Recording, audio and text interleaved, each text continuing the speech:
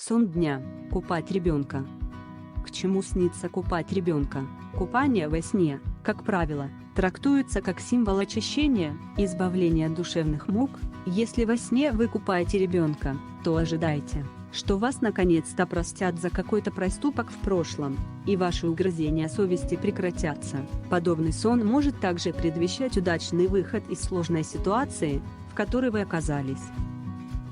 Смотри полное толкование этого и других снов на нашем канале.